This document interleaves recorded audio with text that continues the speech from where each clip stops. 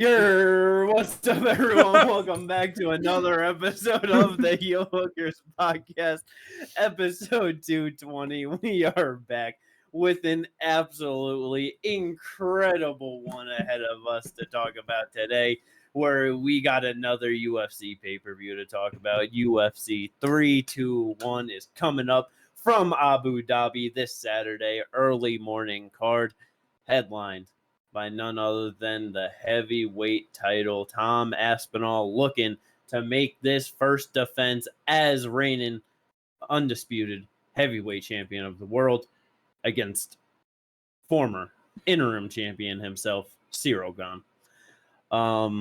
It's a great fight. We got another title fight on this as well, with the vacant strawweight title bout between Virna Jandiroba and Mackenzie Dern. I know everyone's super excited about that one. But yeah, we got some good stuff on this card. There's a lot of things to get into. But the first one, the reason why we're all here, Tommy Aspinall finally getting his chance to start his true title reign at the top of the mountain of the heavyweight division. How are you guys feeling heading into fight week about this heavyweight main event? It's like we were talking about prior to. It's a great fight. Yes. But at the same time, it's also kind of not because of circumstances, you know? Yes. It's like Tom goes out there and just gets rid of people. He has 6 KOs, 2 subs inside his fucking wins. His obviously one loss is 15 seconds to the knee injury. Yeah. He just, like I said, he just is running over everybody that we have not gotten to see him extended at all. He's made it into the second round one time, and even with that second round finish, it lasted 1 minute and 9 seconds. And with Cyril GANE, Cyril is tough as fuck. He was subbed one time, and when was that? Oh yeah, Jones, duh. Yeah. I forgot. But it's like, yeah, so the only person to have ever actually gotten a finish over him was Jones with the guillotine. He went to a decision, 5 rounds with Francis. He has fought some of the hardest hitters at heavyweight, and he is taking their shots. He's going to decision with them and or getting them out of there himself.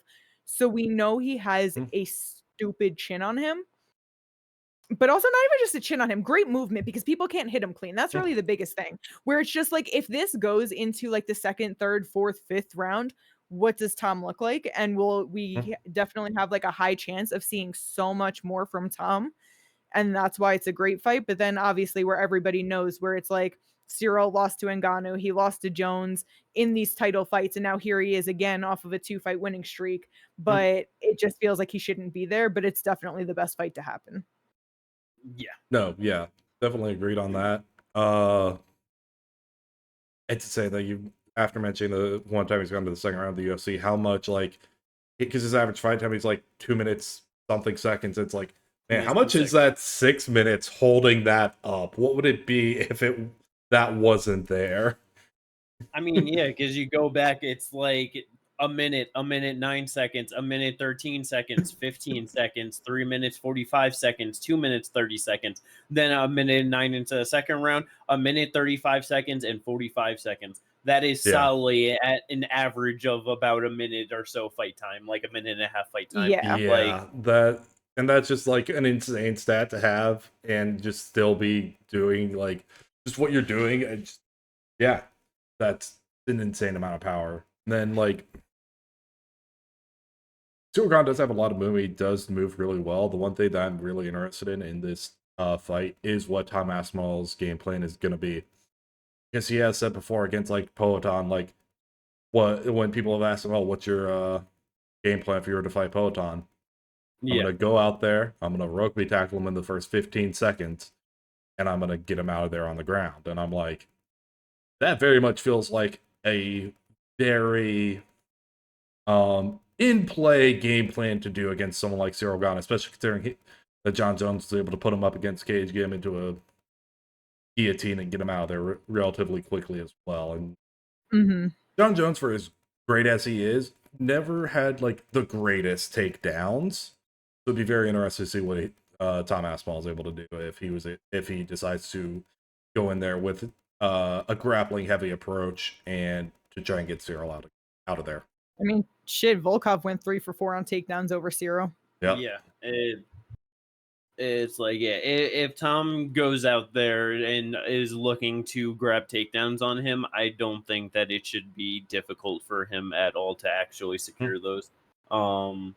It's just like, yeah, it's just one of those things of how easy does it come? How much does he have to work? You know what I mean? And then it's like, yeah, is it like everyone else when he has decided to get them to the ground, you know, with Volkov, just straight armbar right away. You know what I mean? Yeah. With Arlovsky, as soon as he took him down, got the rear naked choke right away. It's like, does he go for that finish instantly? And is he able to do that? Or it's like, yeah, does the actual sequences get extended? And now that's where it's like, yeah, we actually get to see some actual life going in a fight with Tom Aspinall. Because it's just another crazy thing of, there have only been 2 fights in his UFC run where people have landed double-digit significant strikes on him. Volkov, who landed 13, and then Andrei Arlovsky, who landed 20.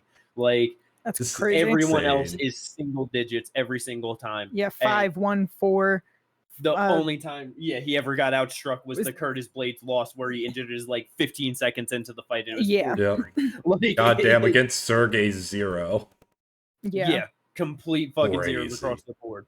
Like, and then 3 and 3. Like, it's like, yeah, he just generally goes out there and runs over his competition with absolute ease.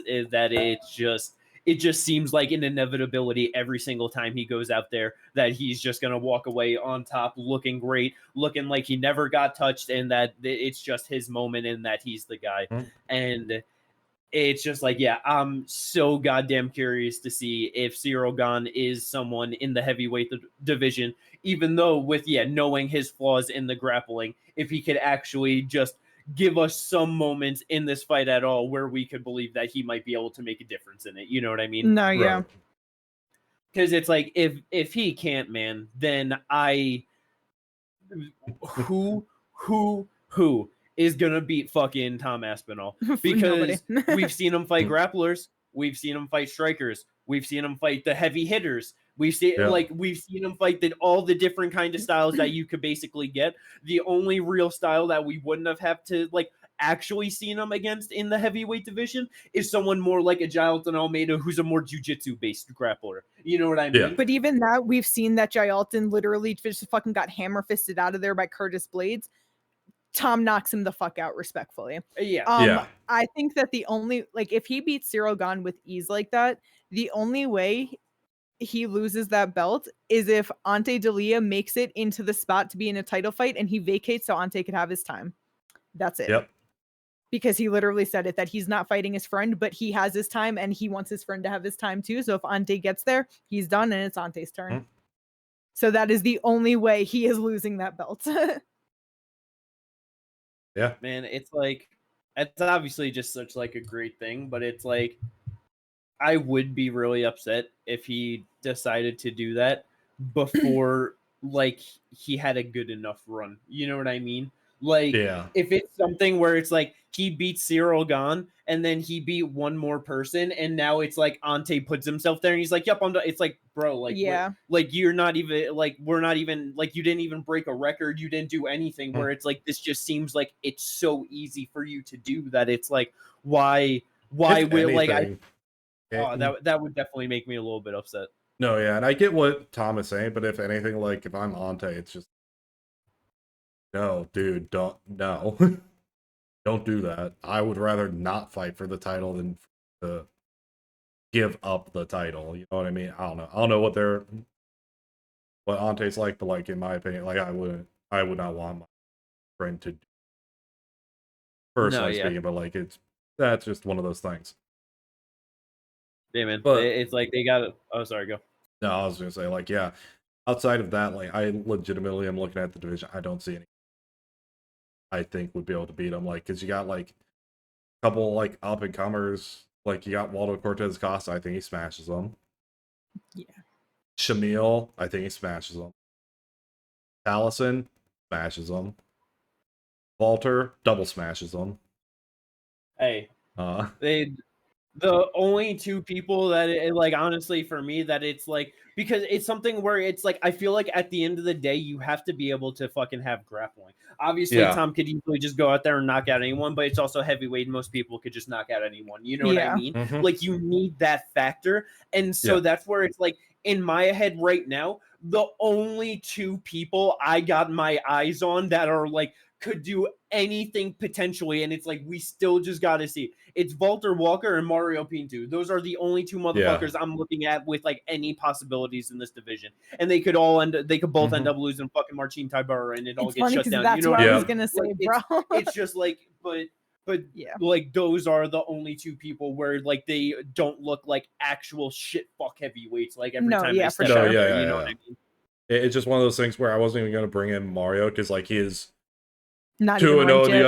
UFC. Like he's got a long ways to go before getting to that title for right now. So Oh yeah, for sure. But that's where Walter's it's in like, the rankings. He's fighting someone who's outside the rankings right now. But like after this fight, they probably try to jump him up against someone else, probably like a Tybura, and then he's like he right now is on a pathway to getting there. yeah. I mean, shit, because with Mario, it's like the what he was able to show against Janice, like, it's just one of those things of like, it's like, yeah, he was 3-1 in the UFC before like his only loss to Tybura, and like he absolutely like smashed it. You know what I mean? So it's like, I'm just like, even though, to your point, like he's only 2-0 in the UFC. I feel like he's only one solid win away, and he's going to be right there in the mix, like at the same ranking about with Walter, you know.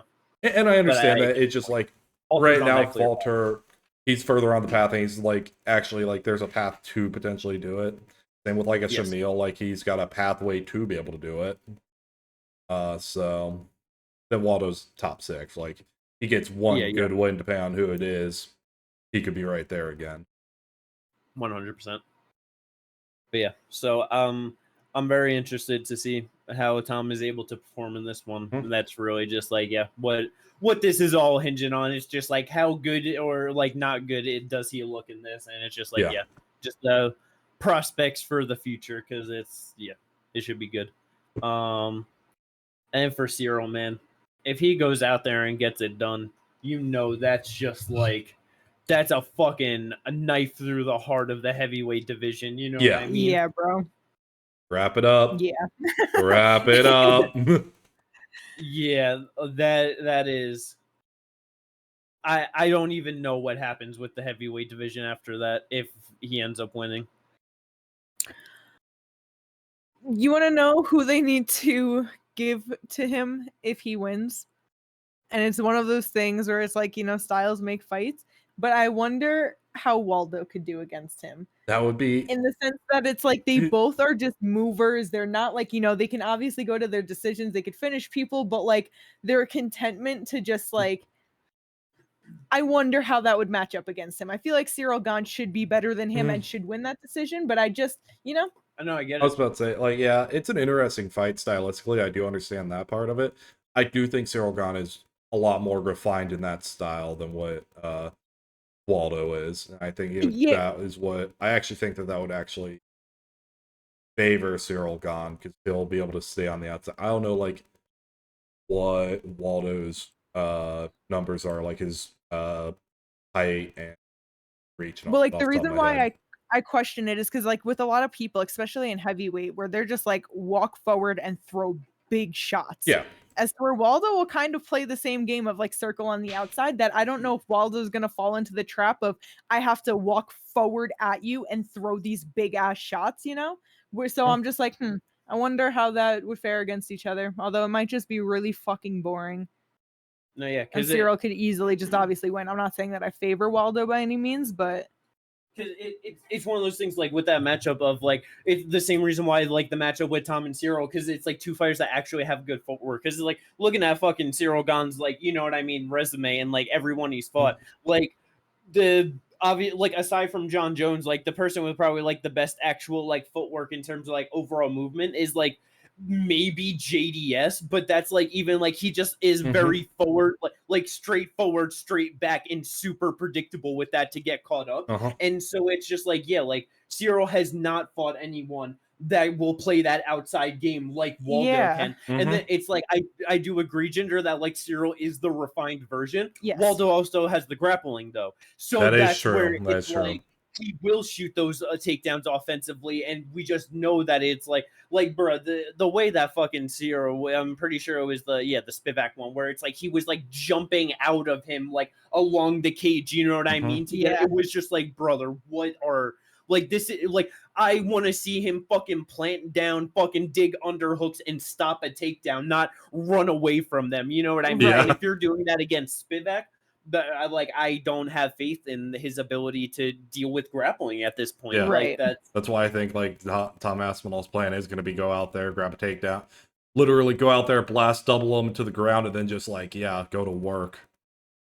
Yeah, like it's very possible. Like it's that. Definitely the best I game definitely plan. feel It like would be funny as fuck if we just don't get to see anything again, you know? And it's no, like, it would be.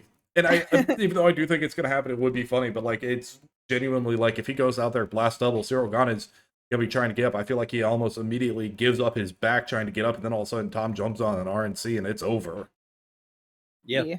And it's like because then it's like even with the John Jones loss, you know what I mean? It's like someone that is like actually like thoughtful footwork and stuff like that. So it's like as soon as Cyril was forced to just make the decision early on in the fight, just okay, bad mood, easily predictable, taken down sub for it. You know what I mean? Like it was just like it just that simple. And so it's like it would not be surprised if it ends up being a very easy win for Tom. And then it's like, just future fights of someone like Waldo that can actually move. Like it just makes matchups very interesting. That's the thing. Like Waldo right now does have a test because he's scheduled to fight Ante Delia. It's like, looking at how the division is going, it's like, man, do I root for Waldo in that one? Like, no, I'm absolutely like rooting for Ante in that.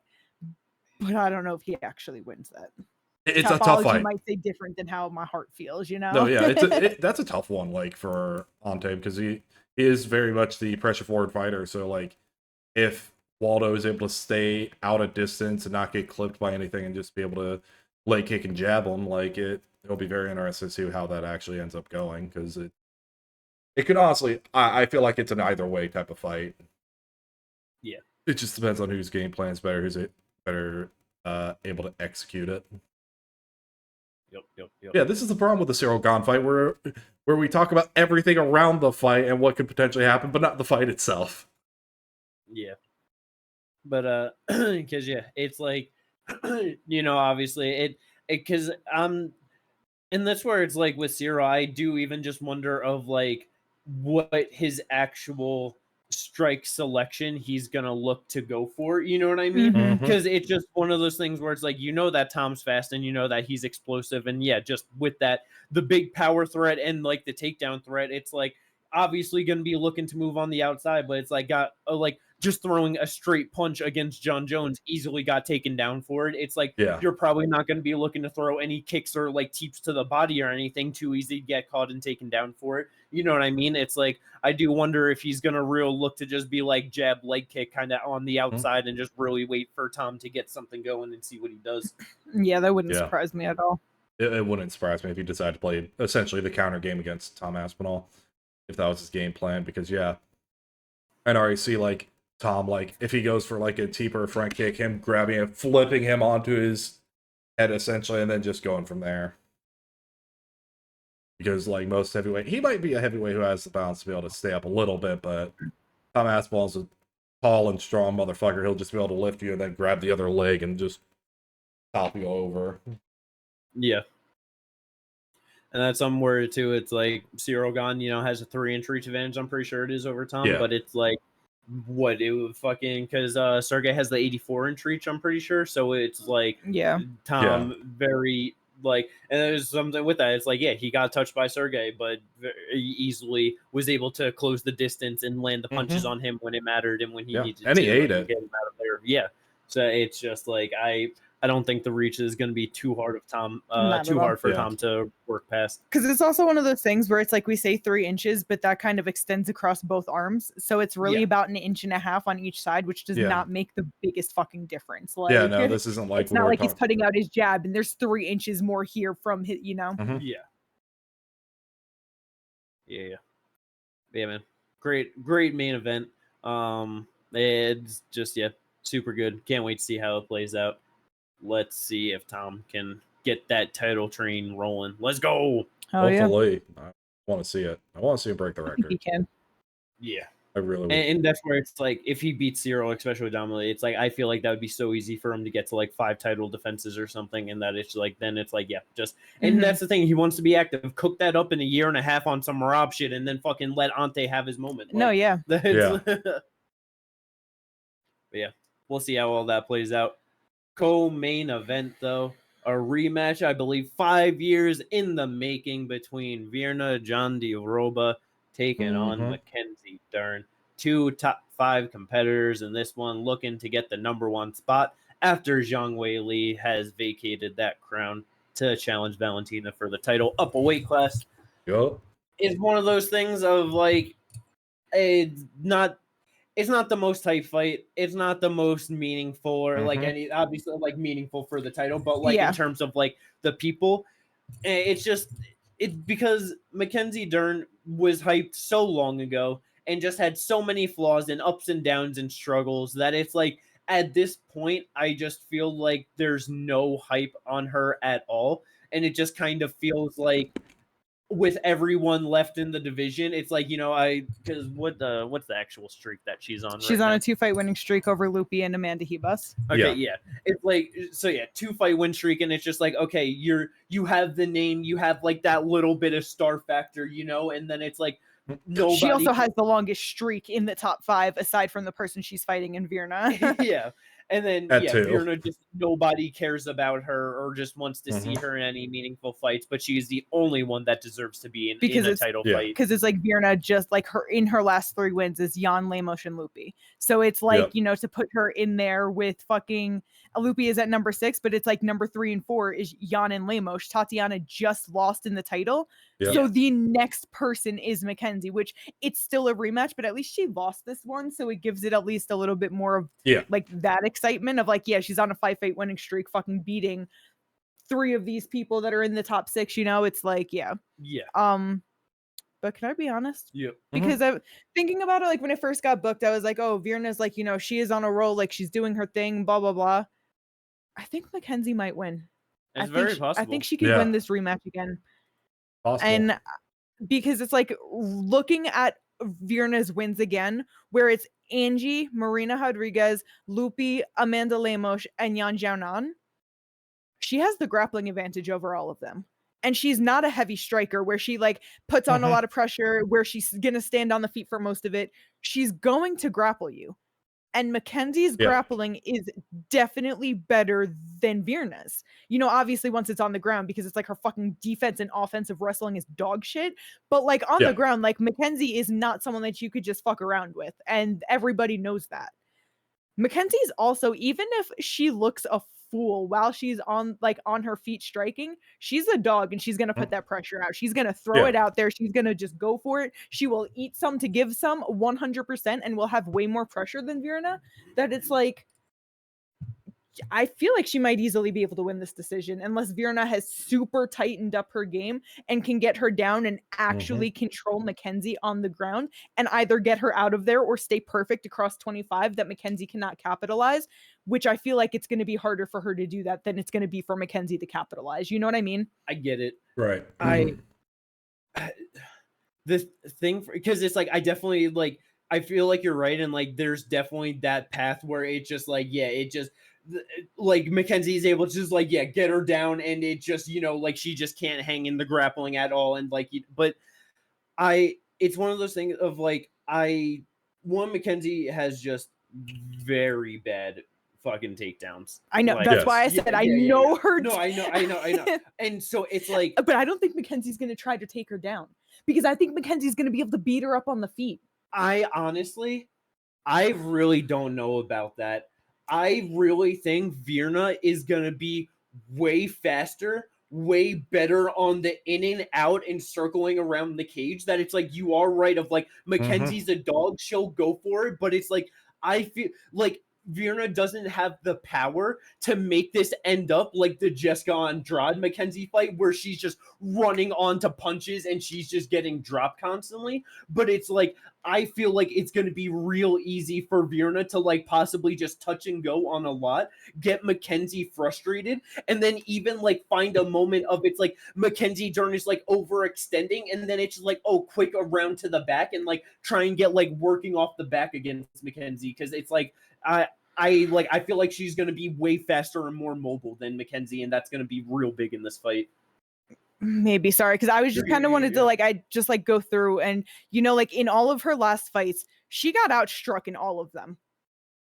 Jan outstruck her.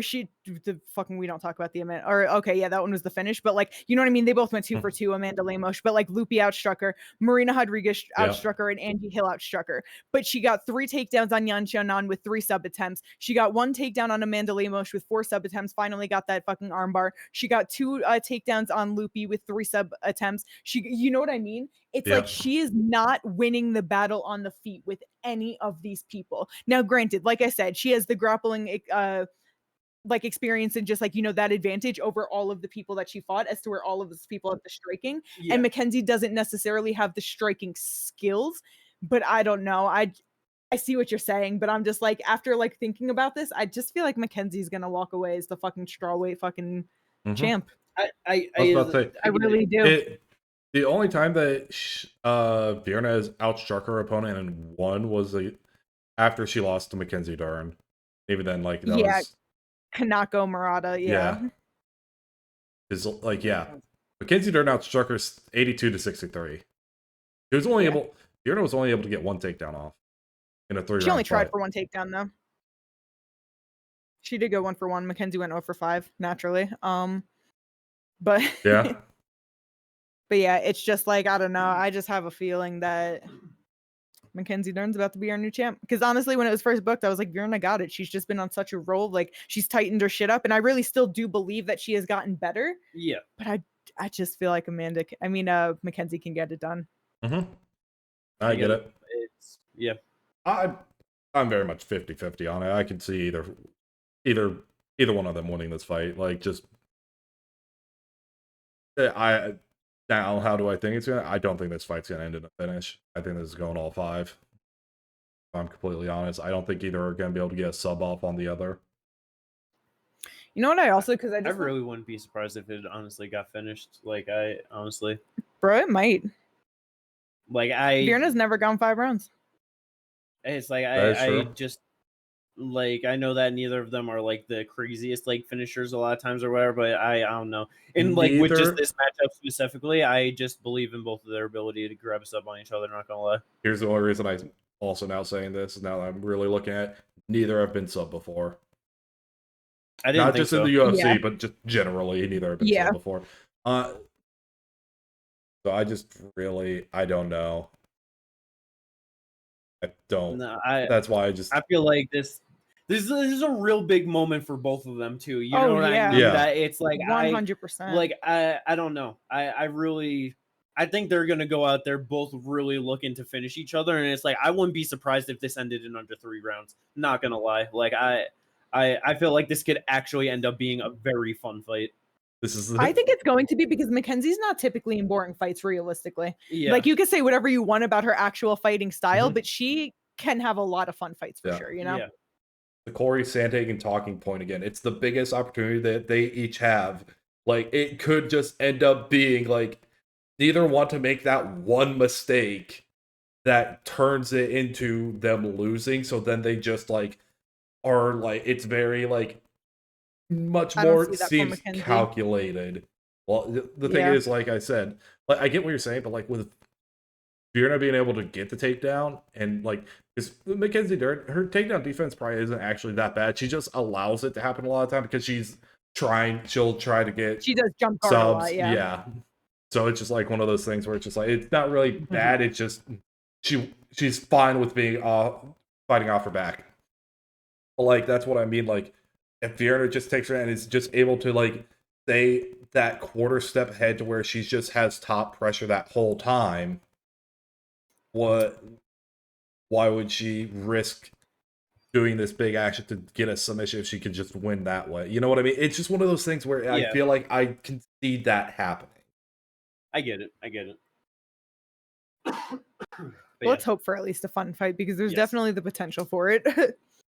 There's potential for a fun fight. It's one of those things, like, because potentially, like, depending on how it goes, like, whoever loses, this could be their one shot at the title.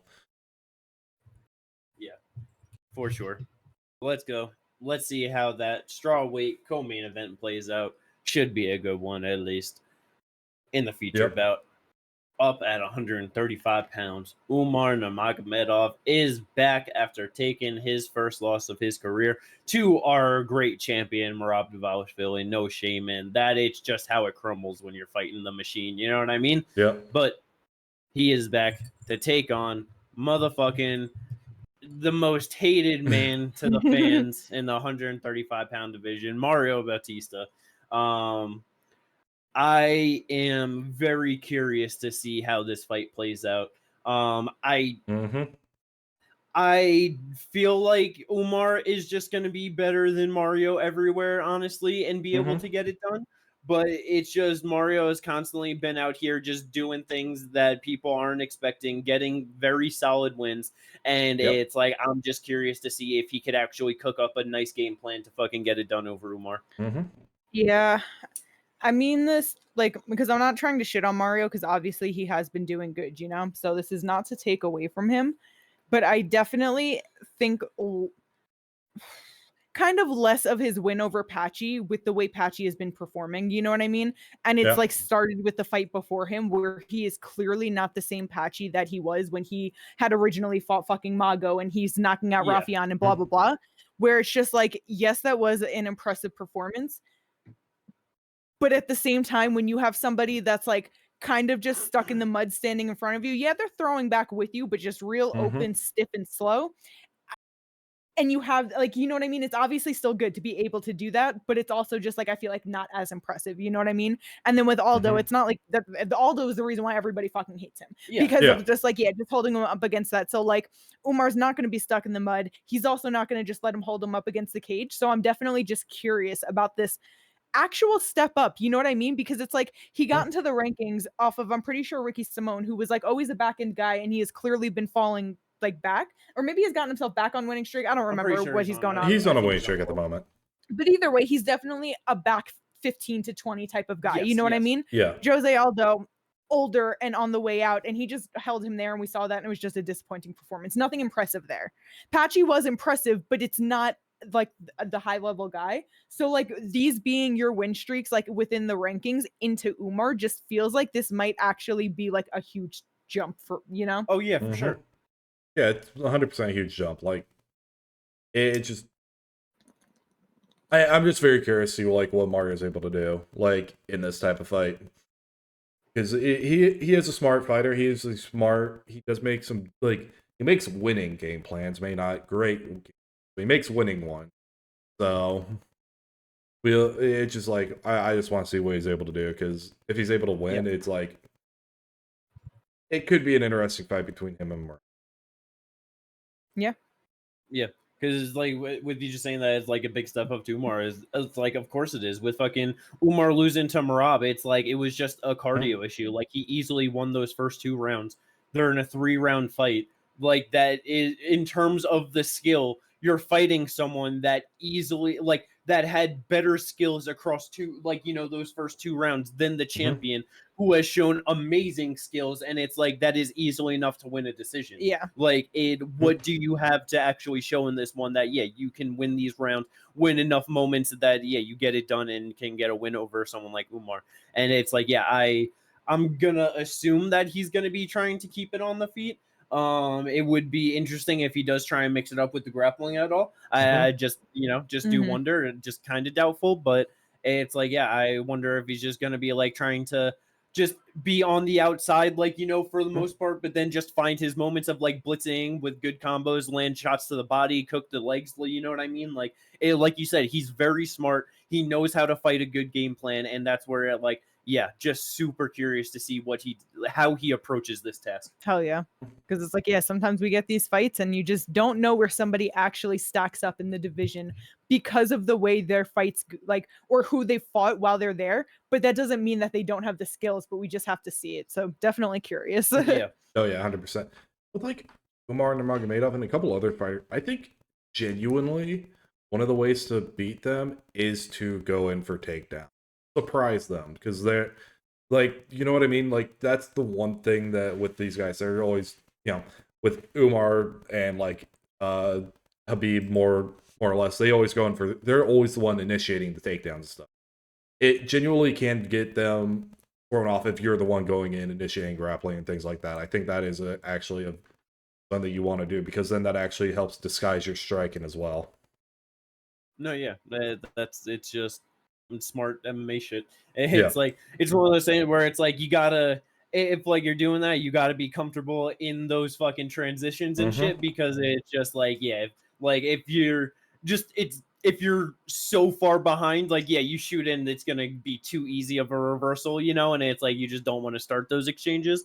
But it's like someone like Mario, I do feel like that would be smart to, yeah. I'm sure Umar isn't expecting him to try and shoot on him. So it's like, yeah, grab a fucking single, like, make him think about that, and then just drop it, rip 2 shots to the body, bounce out. You know what I mean? Like, it's... I mean, I will say that it's like, up until the Merab fight, Umar had 100% takedown defense, because like a couple people, like Corey shot on him, Hayoni shot on him. I think it was Kelleher. It was somebody earlier on, you know, not a whole lot, but it's just like there were people shooting on him and he was able to defend it. And it's like, if you don't expect it from Mario, I know, like, you know, he's been like striking a bit, but it's like most of his wins in the UFC are like subs, and he took down a lot of his opponents, especially like earlier on. You know, it's like he took down Damone Blackshear twice. He got 3 takedowns on Guido Canetti. He took down Benito Lopez. Two takedowns on Brian Kelleher. 4 on Jay Perrin. And then 1 in his debut against Corey. You know, like there's a couple of fights that he didn't get them, but it's like he went 0 for 10 on Jose Aldo. Yeah. And he didn't shoot any. He kept it on the feet with Patchy Mix, you know? But it's like, he'd definitely be shooting. He went over 3 on Ricky Simone. Like, he definitely shoots for takedown. So, like, if Umar doesn't expect it, I feel like he's kind of dumb. That's like fair. that's something like, bro, like it is your job to know, like, you're not maybe your job, but at least your coaches, your corner, whatever it may be, to learn a little bit about your opponent. Mario shoots. He mixes it up. I guess it's just more of like the thought process. It's just like the Nurmagomedovs. It's like, yeah, generally it's like people aren't trying to grapple with them, you know what I mean?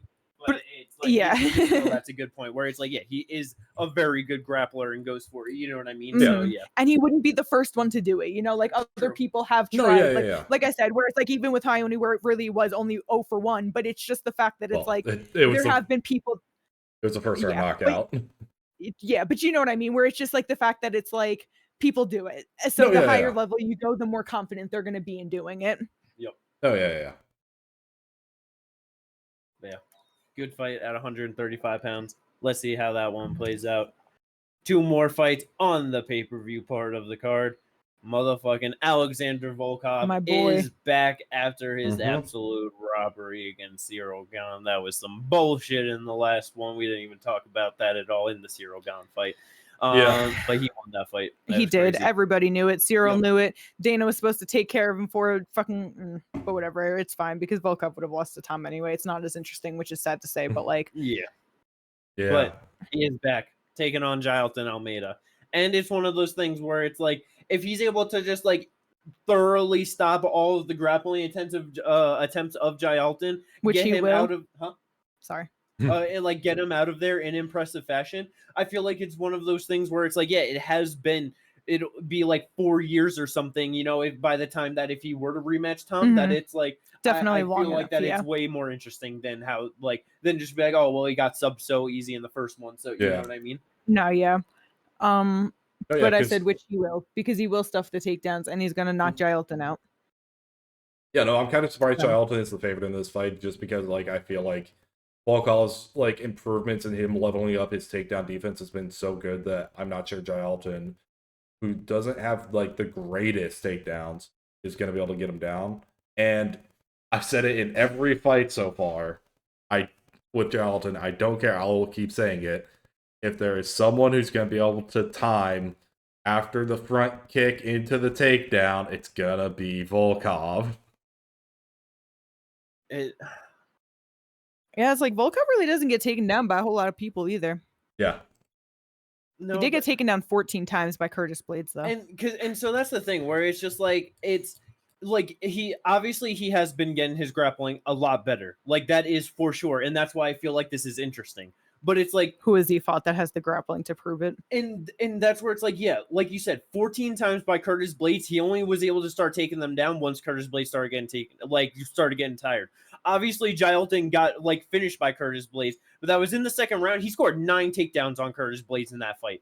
Like, I am not surprised at all that Jalton, who is out here with a knockout, a sub, like sub, knockout, sub, knockout, sub, like it. He's probably going to go out there, instantly take down Volkov in this fight, and Volkov has been instantly taken down in subs before.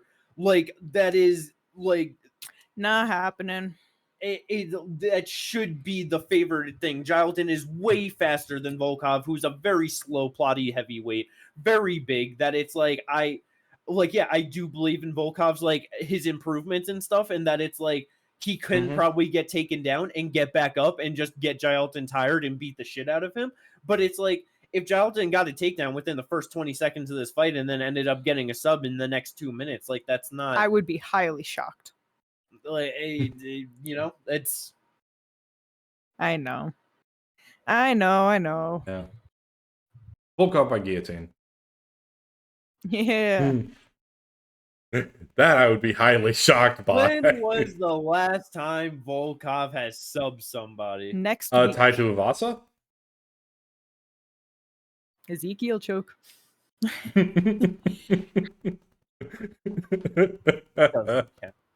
What? The submission and the opponent. It makes that so... that's like, come on, bro. Like, 2016 M1 Global like triangle you're choke. A fucking knockout puncher because you knocked out Shannon Ross. You know what I mean? Like, come on, man. What are we doing here? Come on. But it's like, yeah, like Jalton has literally scored takedown in every single one of his fights across Dana White Contender Series and the UFC. It's like he's like 99.9% chance he's scoring a takedown in this fight. But can he actually use that to effectively finish Volkov in this one? Because it's like, if he's grabbing takedowns in the first round and it just this Curtis Blade thing where he's just working and whatever and he can't get anything done, I believe in Volkov's gas tank more than Jalton, that it's like he's gonna cook him in the second and third round, you know? He might even knock him out in either of those rounds too. He gets him up against the cage. Volkov's, got that wide stance and just starts elbowing, Yeah. And I mean, and honestly too, even just like a fair of like, just with the sub, it's just like he honestly, if Jalton gets fucking tired enough, like Volkov will go for shit. So it's like he could easily end up getting something over him. It's like that's where it's like, I'm not surprised that the odds makers have Jalton as a favorite because of just like the specific thing. I get it, but it's like Volkov easily has more ways to win this fight, and he has been a heavyweight actually showing improvement to their game, where Jalton kind of just does his thing, you know what I mean? Yeah. So it's like I feel like Volkov is a super live dog to take, and like fucking just like odds and like it's pretty solid to get him at fucking plus money in this one. 100%. But yeah, I do hope that he's able to go out there and just look really good against Jalton. Like, that would be great. Just right that wrong of the bullshit Ciryl Gane loss. Because it's like, if he won that and then wins this fight, that'd be a 6-fight win streak for him. Like, a last loss, like, legit one being Tom Aspinall, March of 2022. Like, give that man his rematch, you know what I mean? No, yeah, for sure. Dumbass. Last doubles, I mean. It'd be so upsetting. It would but be. also at the same time, it's one of those things. Yeah. Yep. let's go. Let's see how that heavyweight fight plays out. A lot of big boys on this card. It's very nice. Great main card, you know. Main card opener, light heavyweight bout. Alexander Rakic, he is back, taking on Azamat Murzakanov, undefeated fighter at 15-0, looking to get his big step up opportunity in the division. How you guys feeling about this headline, or this opener, I should say? Sorry. Ooh. Should be very interesting. Southpaw Yeah, versus this might be a Orthodox. really rough fight for fucking Azamat, bro. 6'4", 78-inch reach on Rakic. 5'10", 71-inch reach for Azamat. Yeah, first of all, it's like Rakic is just so much bigger than him. That's not like something that Azamat is like necessarily new to, because it's like if you're gonna be a 5'10" fucking 205er, you're gonna be used to fighting people much bigger than you. But it's like Rakic has been on a rough run to the absolute best. You know what I mean? His last 3 losses are Jan, Yuri, and Mago. All former champs. That's what exactly. All former champions. Before that, his one fucking UFC loss was a split decision to Volkan Oezdemir. You know what I mean? He Title is challenger. He is good on the feet. He has great striking. He has good movement. He mixes it up. He has good leg kicks. Like, you know what I mean? Like, he is just a very solid fighter. And not that Azamat isn't, but it's like, I just, you know, like his decision win over Dustin Jacoby is very good. But it's like his Tafan thank you. Devin Clark, Alonzo Menafield, and Brenton Ribeiro to Rakic. I'm just like, Rakic is significantly better than all of them. It's just technically better all around. Huge jump from Brenton Ribeiro to Alexander Rakic. Yeah, and it's like, you know, obviously he was supposed to fight Nikita. He's supposed to fight Johnny. Johnny pulls out. That's where Brendan. Yeah, you know, it's like, it's not that it's his fault or anything, but like with Rakic being on the 3-fight losing streak, he is only 33 years old. And I feel like he's going to really be like, no, like I have to perform, because yeah, he's taken a couple rough losses now, but not to anybody bad or anybody just so unproven. You know what I mean? No, So I'm just like, this might be tough for fucking Azamat. He's shorter, and he's just very much like, yeah, I'm trying to knock you out. I think that Rakic is just going to have better movement, and being so much bigger and maybe being able to actually utilize that length, it might be a rough couple of rounds for Azamat. Yeah, Rakic is definitely going to be out there, like, doing some little stuff of trying to keep you on the outside, leg kicks, jabs, things of that nature, and trying to move around and stay out of distance. So it's going to be very hard. Like, it is going to be Azamat having to get in on the inside. But it's like, Azamat obviously has stupid power. So we're going to see. And he is a very good boxer in the 205 division too. Like, that is just that. But that's where I'm just like, with Rakic movement and height, like I would just wonder if he's going to be able to actually get in there to be, you know what I mean? Let his boxing go like that, because it's like Yuri's the only person to like actually finish him, because his other KO loss was the leg injury against Gian. So it's like, is Azamat's power going to be like that on some Yuri being able to knock him down and get some ground and pound going, or take whatever it was? But you know, it's like, or is it really not like that? And he's able to finish a lot of people, but we've seen the people he's finishing, and there's nobody actually impressive like that, you know? And not only that, but like with the Yuri fight, like Yuri showed like the leg kicks, calf kicks, just for some reason just don't affect him the same way that they do other people. Is Azamat going to be one of those types of people? If he's not, those leg kicks are going to tear up that lead foot, especially being a front foot heavy boxer. Right. Like, that's why, like, Rakic has good leg kicks, bro. Like, like that. It's definitely true. Like, the outside game of Rakic definitely could give Azamat like a lot of problems, and he could end up finding like just a good win because of that. I just definitely do believe in his actual hands in like the boxing, that I feel like he's gonna be able to find a counter shot in there, honestly, and just be able to like land it on Rakic. It's because that's what it was. Yuri took him down and ground and pounded him out of there. He couldn't even fucking knock him down. Gotcha. Because it's like, it just when like as soon as with this fight and everything, like in my head, I have just always kind of felt like Azamat was gonna get it done, and like just not actually thinking about it like technically too much. So that's why, like, when you said that, it was just like, initially I was just like, oh damn, like just kind of surprised. But it's like, you are right. This could easily end up being a way where it's like, just too big of a step up of competition, and it just is damn just near even 105 to 115 on the odds. Yeah. But yeah, and it's like I wouldn't be surprised if Azamat got it done. You know, Same. like this is like that test, but I'm just like might be rough. Yeah. It just it does suck of like literally 4 canceled fight with 4 different top. Damn, and 15 he's the older opponents. fighter too. He's 3 Yep, years older 3 than years Rakic. older.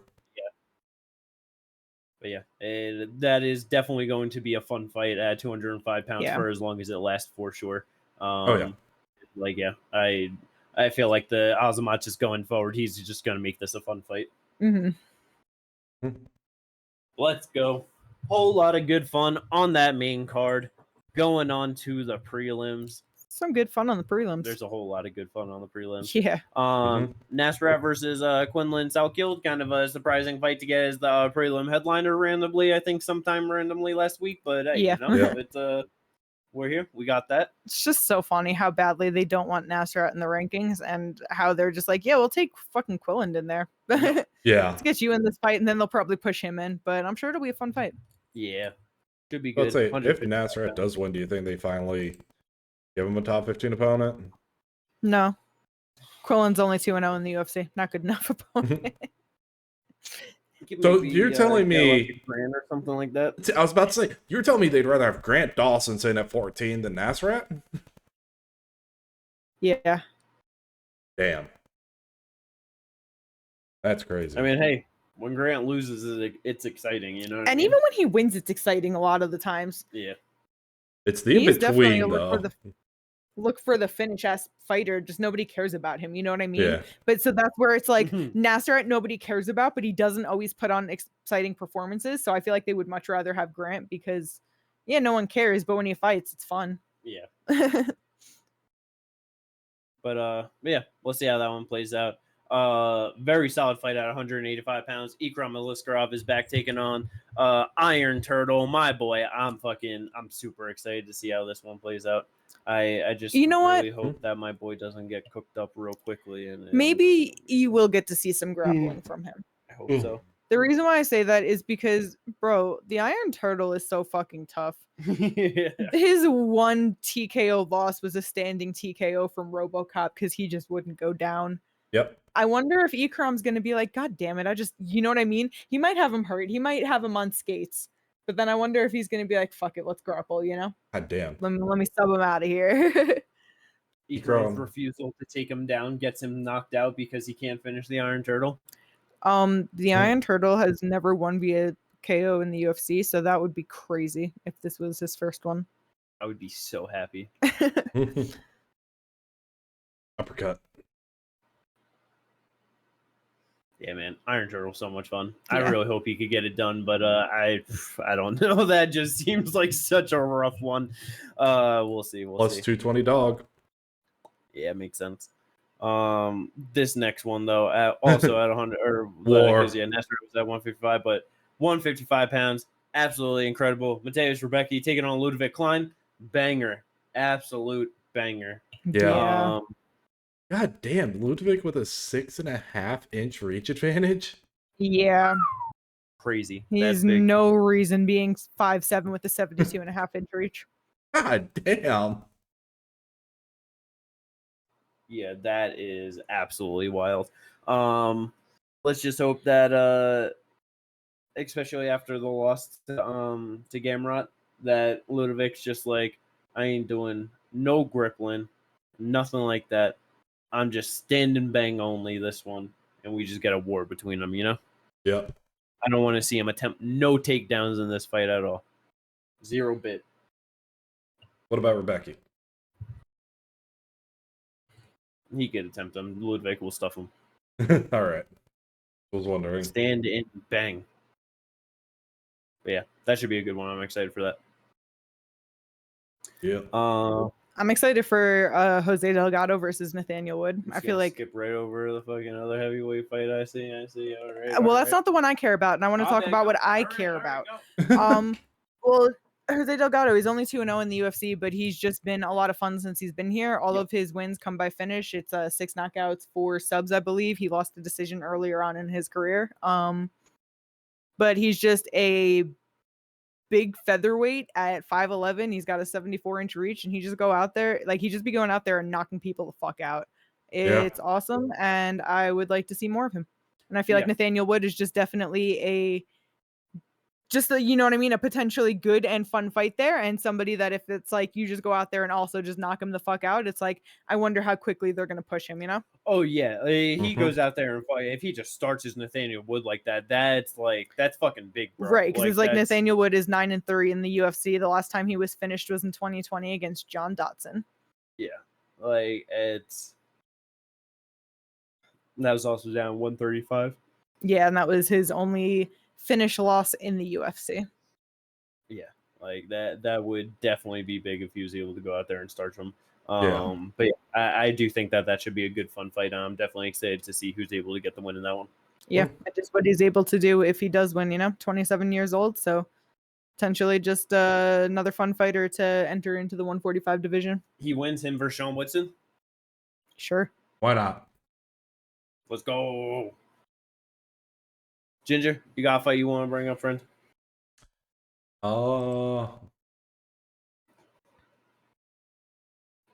Both those fights on prelims are What the fuck? Dog shit. Although I like Chris Barnett. not really Chris excited. Barnett, Hamdi, Walter Walker. Come on, folks. What are we talking about? 4 heavyweight bouts on this card. Yeah, that's so fucked. It's so good. There's way too many. It's the best. They should have more. Well, Walter Walker fighting a debuting heavyweight. Give me Walter Walker via first round heel hook. Chris Yes, Barnett sir. versus Hamdi. If Chris Barnett doesn't injure himself, give me Chris Barnett via knockout. Like, Yeah. that's all I gotta say about those fights. Come on, exactly. That's awesome, though. There we go. See? You got the hang of it. That is everything meaningful from UFC 321. Let's go. Hopefully we got some great fights out of that. On to the fight news, though. We got a whole lot of things. We got a lot of good shit, a lot of big shit. Let's fucking go. Bonfim versus Padilla, November 8th. That's a pretty solid fight. Yeah. That's That- Bonfim gonna cook. I don't know. I really But he might not. They're both fun, they're both solid, they're both Mhm. scrappy, they're both gonna go for it. Somebody's getting finished, and I don't know who it is. no, yeah, I kind Look of feel more the into same that way. when it gets closer to, you know? I'm pulling for my boy Taco. So Oh, pulling for Bonfim. Let's go. Yeah. good for you. 155 bond theme. Yes. Yeah. But yeah, that should be a good one. But December 6th, December pay-per-view. We knew They it, did it. but They it's did official. it. They did it. Mm-hmm. Robert is back for the 4th title defense of the year, taking on Piotr Jan, former champ, in the rematch. Let's fucking go. I am so happy that they decided to do that. Absolutely incredible. Dana's letting Marab cook. Yeah. Let And Marab Marab's cook. gonna cook. Piotr Jan, 3rd round knockout. Let's go. Meet Piotr Jan by losing a unanimous. Split majority draw. 49. Yeah. Well, give it to me 49-45 because he loses a point because he cheats. Nah, that would never happen. But let's go. Robert's It Piotr. says Marab. Just Marab's just on his both knees, just knees again, just PTSD. be terrible. But Like, yeah, how do you do that against very two good. Sarah Longo fighters? Be the perfect thing to do. That's true. Co-main event, we talked about it multiple times, but it's official. Pantoja Yes. versus Van. Let's fucking go. Perfect. That's there. Henry Cejudo versus Peyton Talbot. I don't know what Wacky they're doing matchmaking. here. I really don't get it. It's apparently I don't- Cejudo's retirement fight as well. Oh yeah, Yeah. he did say that. Oh. Okay. Because it's like, yeah, in my head I was just like, is this like they're trying to push Peyton, or do they just really want Henry out of here? But I mean, if that's just Little column A, little column B, some column C. Talbot Yeah. lost to Jaime Barcelos and then came out and beat I don't know who, but now right back to a wrestler. Yep. Very nice. So yeah, either Peyton by knockout or Henry by maybe Decision. submission or Yeah. decision. Honestly, Felipe Yeah. Lima. that's who it was. Yes. Yeah, solid win, but yeah, Just a That's very solid, but thing. not enough for me to be like, oh yeah, throw him number 10 in the bantamweight division. Yeah. So yeah, we'll see how that one goes. Motherfucking Jan is back taking on Bogdan though. That was a surprising one. I wasn't back. Yeah. Bogdan, nice step up, former champ. Trying to get more people into that division now that they have Poatan as champ. They're like, we need new blood. Yep. Yeah, and Bogdan could win this fight. Yeah, I wouldn't be surprised if he was able to go out there, grab a takedown, get a sub or something on him, or just even beat him in the striking. No, yeah, exactly. Like, John's old, man. Yeah. He's getting there. He's getting there. He's been slowing down a lot in a couple of fights. Probably about time, old man. Yeah. We'll see how that one plays out, though. Farazian will never get a top 15 opponent because he's here to lose against Nazim Sadikov. Let's go Nazim now, right? Like, yeah. Definitely excited for Nazim to get his way into the rankings. Yep. Oh, yeah. Yep. Let's go. Awesome fight in the top of the division at 125 pounds. Brandon Moreno taking on Tatsuro Taira. I am extremely curious to see how this plays out. This is such a like, damn, my old boy versus my new boy. Yeah, it's just like, this is my heart's not gonna be able to take it. It's just like, yeah, obviously Brandon Moreno's gonna have the advantage on the feet. He's a good grappler himself. Like, what? Yeah, this is a rough one for Taira. Yeah. But yeah, if he's able to get it done, that will set up big for him versus the winner of Pantoja versus Van. So yeah, we'll see. Can you imagine Taira? Like, if it somehow ends up that way, Van versus Taira, would that be the youngest combined age of title? Probably. Of champion versus challenger? Probably. Yeah, definitely wouldn't be surprised. Yeah. But yeah, let's go. See how that one plays out at 125 pounds. Back. I was just going to say, speaking of fight bookings that came out of fucking nowhere. Yep. Contenders going after it at 170 pounds. Sean Brady looking to take on undefeated Michael Morales. Good on him for understanding his spot in the division and that nothing's guaranteed, and he's going to have to just keep on fighting and continuously put himself in positions to earn a title fight. And going out there and possibly getting a win over Michael Morales, coming off that win over Gilbert. Great way to fucking add on to your to just that win streak after beating Leon Edwards like you did. Yeah. It's always good to snatch someone's O as well. That's always big thing, especially when they're a ranked contender and all that, and they're a hyped contender as well. So definitely will keep his name in people's memory. Oh yeah, let's go. That should be a very fun one. Very good clash of styles and fucking frames and just everything. It's very interesting. Grant versus Torres. That's a fun fight. 155 pounds.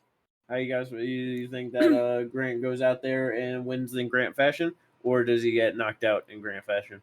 He could definitely get knocked out in Grant fashion. I would not. Live. It's like what it's only 2 losses, right? His 2 losses are getting knocked out in the 30-second range. It's like 33 seconds and 35 seconds is what I'm pretty sure it is. Are his 2 losses. And the thing is Manuel Torres could easily just land a huge fucking shot in the first 35 seconds and knock him the fuck out with it. Wouldn't be surprised. But I also wouldn't be surprised if he handed him his first loss outside of the 30-second range. You know? Yeah. He's just young, scrappy, very solid, but I also wouldn't be surprised because Grant is a very good fighter too. If he's just like, I'm going out here, I'm blasting you to the ground, and I'm either subbing you or ground and pounding you out of here within fucking a round and a half. You know what I mean? No, yeah. I definitely wouldn't be surprised if it was outside that 35-second range, because that's what it is, 35 seconds.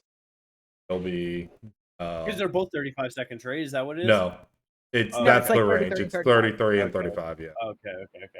So I could definitely see wasn't sure if it was him that it was like the same That'd be exact- hilarious if it was. But I could definitely see Torres getting the stoppage 38 seconds in the first round. Yeah, let's go see how that one plays out. I think I mentioned you brought it up on the last podcast. Marvin Vittori, Yes. Bruno Ferraro, wacky ass booking. What the Yeah. fuck is that? Bruh, I don't know. I mean, it's one of those things with how bad Marv's been looking. He needs like a real big step back like this because That's true. it's like, Yeah. I mean, in all fairness, I really wouldn't even be surprised at this point if Bruno was able to go out there, just fucking judo throw him and just win with the grappling at this point. Like we're saying of just like, oh, could he be that first one to crack Marv's chin? If he's striking with Marv, I feel like he's easily going to lose this fight. But it's like there is the path with grappling. I feel like he could actually find a way getting a win in the top 15. Bruno's never been to a decision. Is Marvin going to be the first person to bring him to a decision? Very likely. That is entirely likely. The last time Vittori hasn't gone to a decision was a rear naked choke over Carl Roberson in 2020. Oh my goodness. And before that was 2016. The next question I have, would Marvin be able to essentially, because of his toughness and stuff, survive long enough to get Bruno tired to get his like first sub in forever? Like, bro, I feel like it's possible because Bruno does not look very good after the first round. He doesn't. It's not that he can't do anything after the first round, but he definitely can't do anything after half of through the second round. Like, yeah. It's like, to be fair, and it's like as shitty as Marvin's looking, it's against a very different level of competition. Like he's someone that has fought in many main events, many 5-round fights. Like he should be able to win this one, no problem. Yeah. But it would just be very sad if he lost that for sure. But yeah, December 6th. See how that one plays out. Muhammad Naimov taking on Myron Santos. Myron Santos back November 22nd. And back 145. Yeah. Figured I should add that in there because his last fight obviously up at 155 against Sadiq Youssef. He's back at 145 against Naimov now. Pick a lane. 145, 155. What are you trying to do 135. here? If he does that, I'm going to be pissed. Like, I know Dana's going to be pissed if he's like, I want to fight 135 next. It's just like, and then to just even go from Sadiq to fucking Muhammad Naimov, it's just like, I don't know. I don't know what's going on. I don't know what's going on anymore.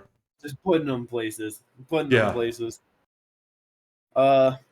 that one should be fun though. Definitely excited to see what Myron Santos can continue to do in the UFC.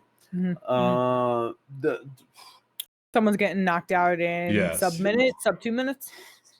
Just have the stretcher ready. Yeah. Muslim Salikov, Udos Medic. Someone's getting knocked out. Yeah, just fucking literally back to ambulance right up to the fucking octagon. And like that is going to be vicious. Yeah.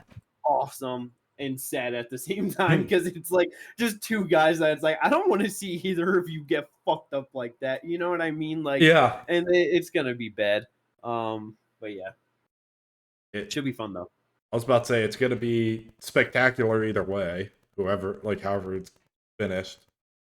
Yep. And then the last fight to bring up though, Malcolm Wellmaker is back versus Cody Haddon on short notice, taken November 15th. Malcolm Wellmaker is probably going to cook Cody Haddon. I'm very sad to see that. I feel bad for Cody because like the other fight he had scheduled this year was against Alessandro Taporia, right? Yeah. So it's like he's going from one fairly heavy hitter to another one. Yeah. His next fight. It's just like, damn. It's fine. He's gonna win. Right. That would be absolutely awesome if he could. That would be super big. Because Malcolm's 2 wins in the UFC, it's Cameron Simon and Chris Moutinho. I believe so, yeah. Yeah. Just like obviously it's not like they're like the craziest wins, but just very good wins, like high profile wins for your 2 first fights in the UFC. You know what I mean? Got a lot of hype on him. If Cody hadn't go out there and get it done, that would really show a lot about how good he is. No, yeah, for sure. No, yeah. Let's fucking go. That is all the fights, all the things to talk about for this episode of the podcast. I think that was enough in one. I hope everyone enjoyed it. If you did, don't forget to like and subscribe, and we will catch you hopefully reviewing an incredible pay-per-view with Tommy Aspinall still as champ. Let's go. Go. Peace out, everyone.